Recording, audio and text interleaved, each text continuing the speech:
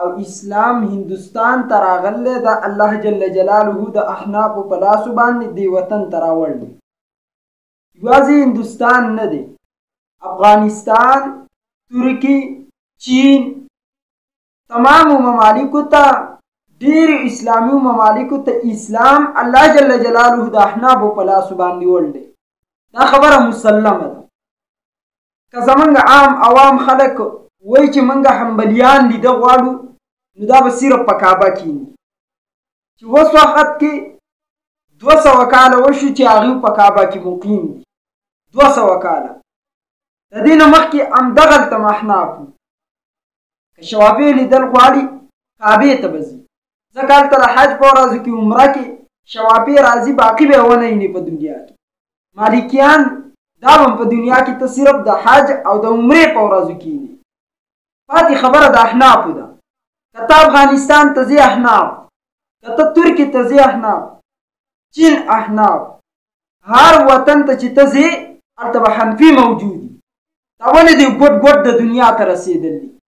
دا په مزو نه دي رسېدلي، دیو قرباني ورکړله، د دین دپاره دیو قرباني ورکړله، جهاد دیو کړلی. اسلام دنیا ته اکثر د دیو په لاسو باندې الله خور کړلی. خلاف تحریک که جوړېږي د دیو په خلاف به جوړېږي.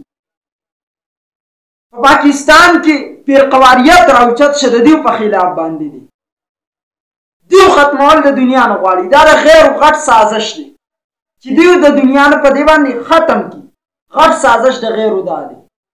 په انډیا کې، هندوستان کې چې اوله فتنه راوچتېده، د شوافیو په خلاف نه وه، د حنابلو په خلاف نه وه، د مالکیانو په خلاف نه وه، دا فرقه راوچتېده د احنافو په خلاف باندې وه. نو دا مسلم خبره ده چې غټ جهاد منګه مخکې کړلی، منګه د ملکونو منګه سرونه ورکړلي د اسلام دپاره، منګه دین خور کړلی دنیا ته. اوس هم په دنیا کې که منګه وګورو جهاد اصل کې چې د دیو په خلاف باندې شروع دی، هغه احناف دي، صرف بر احناف دا کوي. دا خبره مسلمه خبره ده. د دې په خلاف باندې فرقواریت راځي به، دا په خپله فرقه نه ده، د دې په خلاف به فرقواریت راځي. د مسائلو په باب کې راشه، مسح علی الخفین په موضوع باندې مسح کول، دا څلور واړو امامانو مسلمه خبره ده. خو که د دې په خلاف باندې څوک خبره کوي، حنفیان به تارګېټي، بل څوک به تارګېټ نه، احناف به تارګېټي.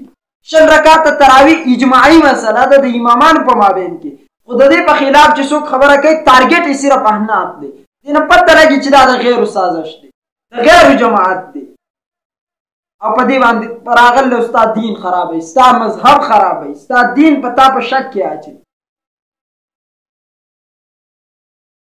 دا یو خبره مسلمه ده چې دین دنیا ته احناف الحمدلله خور کړلی. په دې وخت کې د دین دپاره کوشش چې دی هغه الله د احنافو نه اخلي. دا خبره به مني، دا خبره به ته منې. د تاریخ اوراق هم دا خبره کوي چې دا دین احنافو خور کړلی. برحال فتنې راځي.